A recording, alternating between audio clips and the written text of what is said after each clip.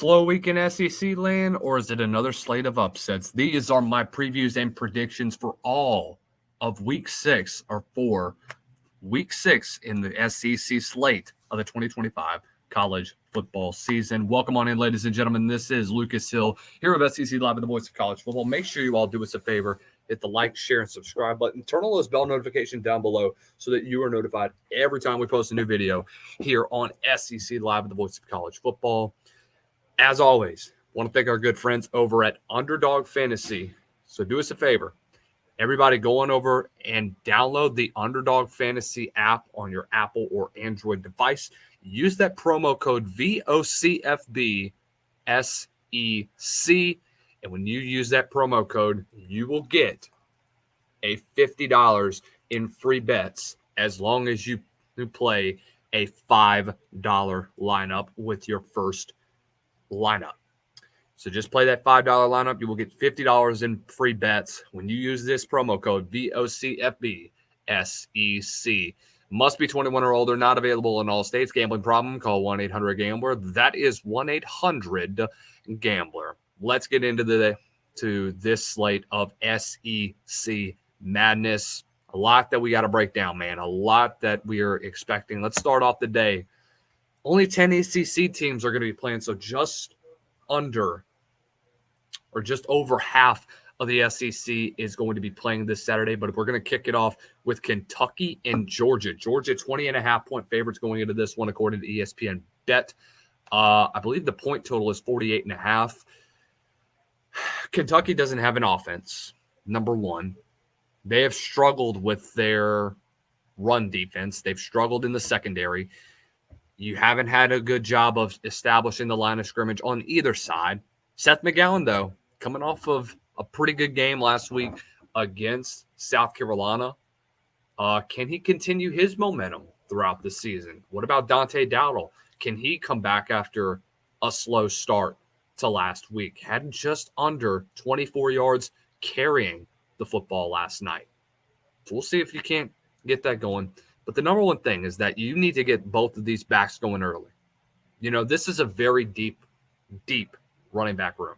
Whether it be McGowan, whether it be Dante Dowdle, whether it be Jason Patterson, who, by the way, got his first action against Eastern Michigan, 13 carries for 80 yards. So you'll see those three backs play in a good bit on Saturday. Can you get them involved early and often? This is going to be a run-first game for Kentucky, but going up against a Georgia front four that I thought did fairly well against the run the last two games, going up against Tennessee and as well as going up against Alabama. Both of those games combined gave up just under 120 yards total rushing against those two teams. So a lot that you're going to expect from a ground game perspective, but I think but the last couple meetings between Kentucky and Georgia have been closer than what people have been expecting. And I don't think that this is going to be close. I really don't, guys. I just don't have a good feeling about it. Georgia has not lost to Kentucky in 15 years. Last time Kentucky won was 2009. And knowing that this game is going to be in Athens at Sanford, average margin of victory the last couple of meetings between Georgia and Kentucky, last three dating back all the way to the last time that Georgia lost to Kentucky, which was in Athens. So from 2011 on, that was the last time. I'm doing the calculations right now because they lost by 9 in 2011, or they won by 9 in 2011. They won by 42 in 2013. They won by 24 in 2015. They won by 29 in 2017. Won by 21 in 2019. Won by 17 in 2021. Won by just over 40 or 38 2 years ago. So, in 7 meetings, the average margin of victory has been 25. I think this exceeds that. I think this ends up being a 30-point Georgia win. good way for them to bounce back after a rough one last week against Alabama, where really Georgia shot themselves in the foot last week. They really did. And that was a game I thought Georgia could have put up significantly more than 21, where I thought it was personnel issues, where I thought Gunnar Stockton made bad throws when it mattered most, where you dropped the football when it mattered most. Guys, you shot your own self in the foot, guys. That's the bottom line. And look, you have no other choice but to recover from this. Guys, you're 12th in the nation right now. Did the loss sting? Yes. Did it set you back in the potential to be in the SEC race? Not really. But the SEC right now is pretty much wide open at this point forward. Ole Miss, they're the team to beat right now in the SEC. But what does Georgia have to say about that? Knowing that that game is going to be in Georgia? Guys, I mean, don't be surprised with when you see teams like either Georgia, maybe Alabama, still come back in those games like that and get back into where they were not too long ago. Georgia is still really good. I really, really have a lot of confidence in Georgia to get back to where they were. I think this is a game where they start to open it up a lot more. I think Gunnar Stockton is going to see the field a lot better compared to what he did last week against Bama. Whether or not Mike Bobo wants to open it up, that's on him. That's on him. But I do have Georgia winning this one by a significant margin. For Kentucky, again, can you establish the run? And I think that's what's going to be needing to be answered. Guys, Cutter Boley is not a SEC quarterback. And it's nothing against Cutter Boley. It's everything against what he has done in the last week or two. Boley performed pretty much below average last week against South Carolina, where he was pressured a lot. I expect the same for this week. I don't expect him to really get comfortable in the pocket. That's the number one thing that he's been struggling with, is just finding that comfortability that he needs in order to feel secure in this offensive line and in this offense. But right now, I think that this is not a Bush Hamden issue. This is a quarterback issue. This is a team where Kentucky has not done well. They've gotten lazy whenever it comes to recruiting a good quarterback. They've gotten lazy when it comes to scouting a good quarterback. And you have nobody else to blame but themselves. Personnel-wise, you are a joke. That's the bottom line, guys. And I don't think that it's going to translate into a win. But if Kentucky is able to hold on to the ball a good bit, if they can move the football on Georgia, if they ended up covering just barely, if they make it a 17-point game and if Georgia's off, I will be shocked. But at the same time, I also would consider where Georgia is coming off of. Georgia would have to play extremely bad for Kentucky to cover in this one. I don't see it happening. Give me Georgia to cover in this one. It's going over to Texas and Florida. Texas heading out to Ben Hill Griffin to play DJ Lagway in the Florida Gators. This is a game, in my opinion, that both teams are playing really, really bad football. Florida is in a very bad position. They're 1-3. They have been humiliated offensively the last 3 games of the season, where you have seen really bad football being played. Defensively, you are offensively. Florida, in the last dating all the way back to USF when they lost that first game, Florida's 4-12, 6-17, 0-13 on third down. It's the bottom line. You've also turned the football over a lot. You had 5 turnovers, 5 interceptions from DJ Lagway last week. Guys, DJ Lagway's just not playing good football. And I don't think you're establishing the run game like you should. You have guys like Jaden Ball and Jacoby Jackson that are breaking off big runs, but you're not giving them the football enough because, number one, you're getting yourself into 3-and-out situations. You're not staying on the field for prolonged periods of time. This is the first half for Florida before their first touchdown drive. 3-and-out, 3-and-out, 7 plays, and then you got a punt.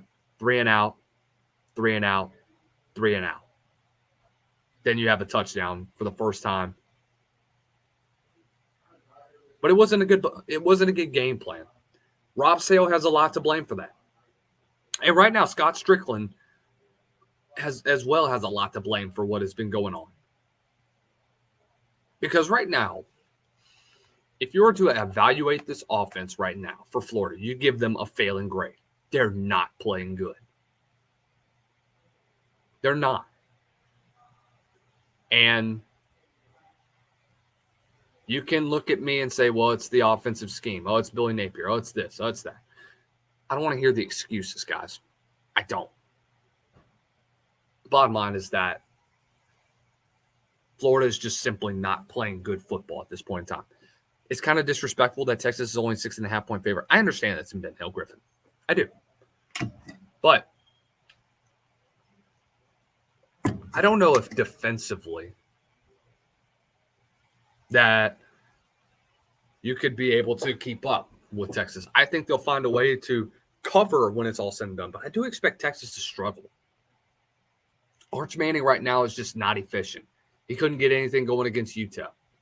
Now, he did much better against Sam Houston State. But it's Sam Houston State, guys.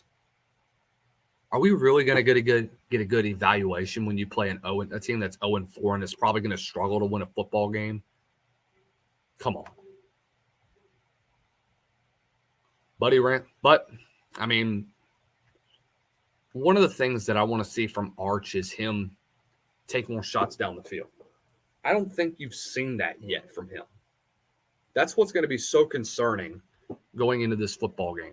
There is no balanced attack, which has led to Arch not being as comfortable as he should be going into a game like this. People are saying that, Florida's probably going to go into there 1-3, seasons on the line. Essentially right now, they could go in and pull the upset. I don't think that's the case, guys. I don't. That's the bottom.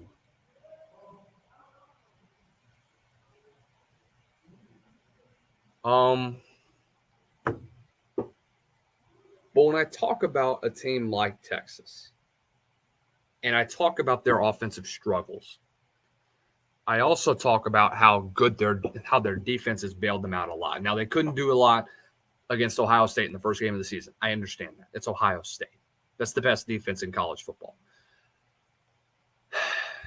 Their defense is going to play a big role. I think they're going to have to get some scores off of defense. They're going to have to set up Texas in good field position. I think if you can do that, if you can force DJ Lagway into some bad throws, you have a good opportunity to blow the gates wide open. I mean, this wide open, which I think you do when it's all said and done. Having reviewed what Texas and what Florida did the last couple weeks of the season, guys, one of the things that Florida's defense struggled with was outside zone. So Texas, if in my opinion, they need to be running option. They need to get your run game involved. They need to get guys like Trey Wisner and Ryan Wingo involved on reverses, on options, on zones, on pitches. Because you can be able to reach across, get a good block on a Kentucky front four that has not been very good as of late, especially in run support. You can bounce one out to the right side, and you can attack that side of the field, and you can break off big runs and get scores. I think that Texas takes the air out of the crowd early. I think they take the energy out of it. I think they cruise on to a pretty easy victory by double digits. And I think Texas establishes themselves back as good on the offensive side of the ball. Now, got to play Oklahoma in 2 weeks. We'll see what the health of Michael Van Buren or next week, but we'll see what the health of John Mateer looks like. Let's see if he's able to throw a little bit, or if we get a good opportunity to see what this Oklahoma offense is going to bring to the table, man. It's a really, really interesting time right now for Oklahoma going into a game like this. See what happens when you talk about a guy like Michael Hawkins Jr. We'll get to that game in a little bit. But let's go on to Vanderbilt and Alabama, the game of the week in the SEC. Alabama's run defenses has been god-awful. That's the truth. In 2 games against Florida State and against Georgia, both of those combined, you have given up over 220 yards, 25 yards a game. You cannot have that. Cannot have that, man. And overall, Alabama's top 30 in defense. That's great. Rush defense-wise, though, Alabama's 90th in the country in run D. They've given up almost 160 yards a game. Vanderbilt in offense, or Vanderbilt on the defensive side of the ball, has given up just under 79.8 yards a game. Now, I understand that you're also playing, teams like South Carolina, teams like Utah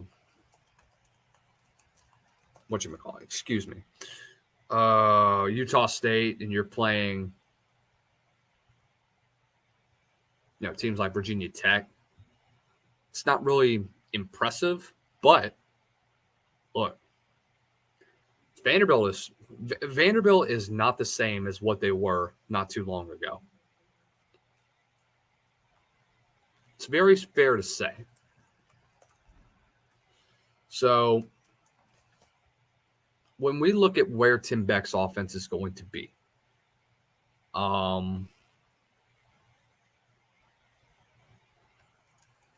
what they're going to do is they're going to pretty much run the same thing like they did a couple weeks ago. They are. And right now, they're 16th in the country in total offense. They are 12th, or no, not 12th. But the thing that makes Vanderbilt so good is that they're able to hold on to the football. That's what is going to separate both of these teams when it is all said and done, is the number one thing is that Alabama doesn't care about revenge. Sure they want revenge. They're not going to acknowledge it. Why would they? But DeBoer said this: you've got to handle business and come back every single week in this league. We didn't handle business success last year well. You can't argue that. Our successes that we had against Georgia, none of it matters. None of it carries over. Every game is its own game. You just got to keep moving forward. Now, this is going to be an interesting one. Pavia with a 184.6 pass efficiency, that's top 15 in the league, just ahead of Ty Simpson's 173.1. Ty's doing a really good job for the last 3 games. 82% of his passes, 9 touchdowns, is no interceptions. Had a really good game last week against a really good defense. What Alabama has to do is that they got to let the football go to the air. They're going to have to let Ty Simpson rip the football down the field with an array of receivers that are exceptionally well. I do expect this to be close. I think Vanderbilt covers. I think this ends up being a 7-point win. But I think Bama goes into this game. Their hair is going to be on fire. Knowing what was at stake. Knowing what you had last year. Knowing what pissed you off about that game is that you had no leadership. You had no accountability. Now I think this year, the last 3 weeks, you're starting to see that. You win this football game, Bama is solely in the driver's seat for the SEC, in my opinion. But this is also a very interesting stretch for Bama where if you get past them, then you go on the road to Missouri, then you play Tennessee, and then you go to South Carolina. Is Bama really back? I think this game really proved it. Last week, great win. Going on the road to Athens and getting a massive victory doesn't surprise me if they end up winning this football game. Because Alabama's offense is just that good. But if Vanderbilt sustains these long 4, 5, 6-minute drives and they stay on the field, if they win the turnover battle and if they can win on third down, Vanderbilt's going to pull off another upset. And I think people will really start to take Vanderbilt seriously as a potential college football playoff spoiler when it is all said and done. But I don't think that's the case today. Give me Bama to win. Give me Bama to cover. Or no, not cover. Give me Vandy to cover. Give me Alabama to win, though. I think Ty Simpson is going to play the big role in this football game. Diego Pavi is going to have another big game, but I think that Bama's defense does just enough to force him into little mistakes. This is an interesting one that I wanted to break down, and that's Kent State and Oklahoma. So we're going to go into a game like what Oklahoma is going into. They're 44.5-point favorites. But the number one thing I think people are going to look out for is how does Michael Hawkins Jr. translate into this Ben Arbuckle offense? I think he does really well. They're not going to open the playbook because of what you have right now.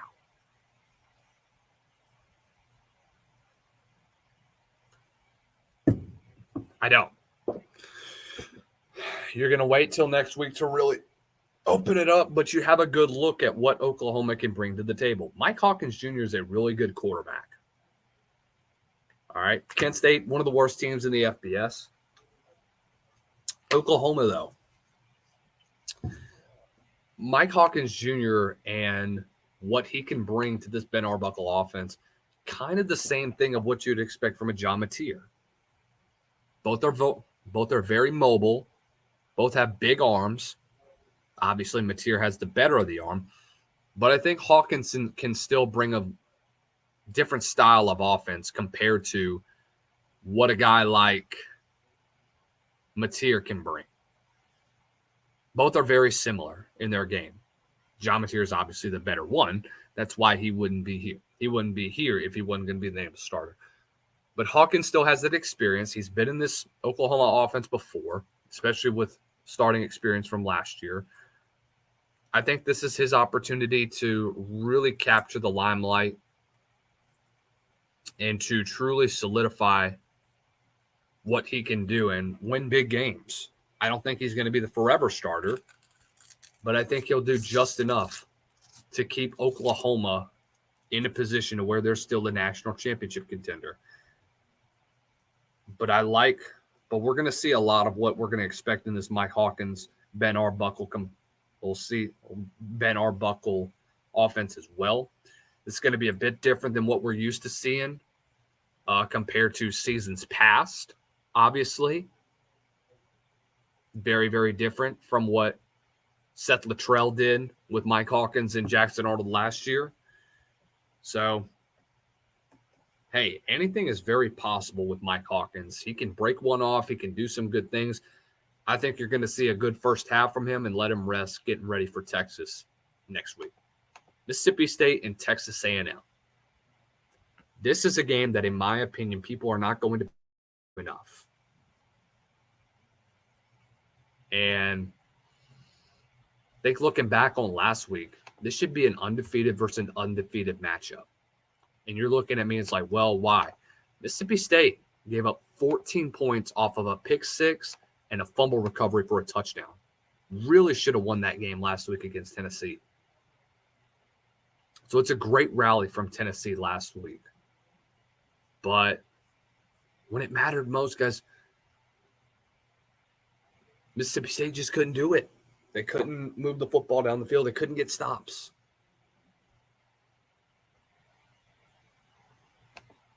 But you know what? I like Mississippi State. I thought Tennessee was going to roll into Starkville and blow them out. But I'm very wrong. They're having the it's opened at 16.5. It's slowly moving down to 13.5. Guys, that spread that dropped quick. It's gone from 16.5 when it opened to now it's at 13.5. And I would pretty much lean with Vegas. Vegas knows something that we don't know. And let me tell you what I don't think they know. Is that Texas A&M last week looked god-awful through the air. Casey Concepcion had another big game, but Marcel Reed was just not efficient. You generated big plays off of Le'Veon Moss and Casey Concepcion, but you also shot yourself in the foot. You had 2 missed field goals, an interception that would lead to a touchdown.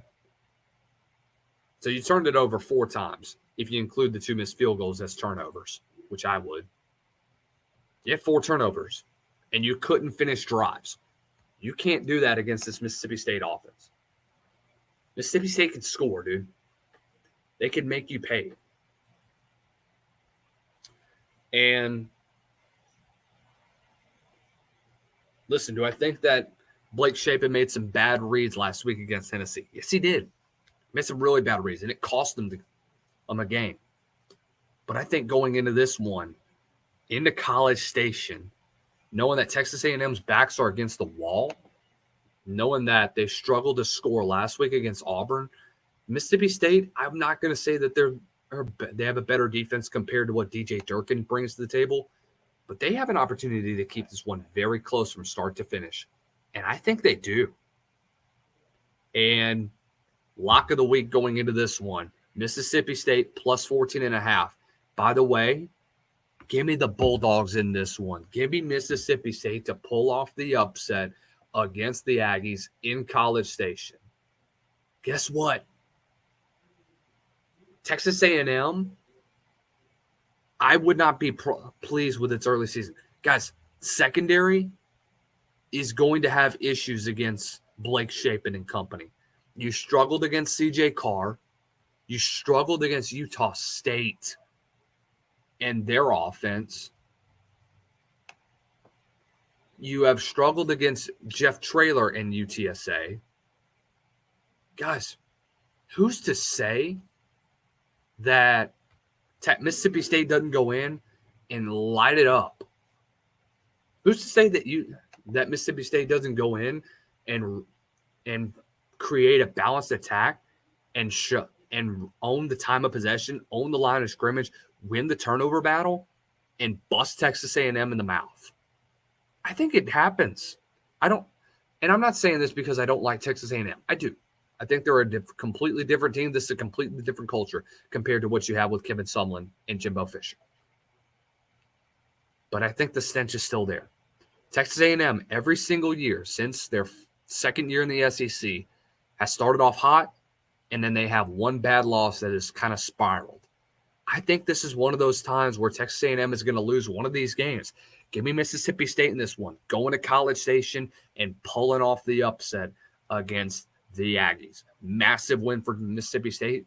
Don't be surprised if this turns into a defensive slugfest. This may get into maybe ended up being a 17-13, maybe a 20-17 type game once you get to the fourth quarter. It's going to be a dogfight from start to finish.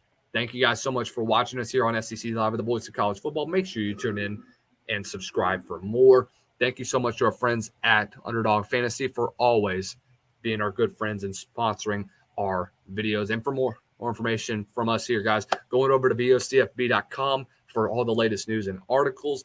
Go ahead and visit the BOCFB shop. Go to bocfb.com/shop and use my promo code VOCFB Gamecocks, or you can use VOCFB SEC to receive a nice little welcome discount when you buy your first piece of apparel. And until next time, ladies and gentlemen, y'all stay blessed. Y'all don't stress. We will see you guys Saturday for our final whistle, recapping everything that happened around the SEC. See you then.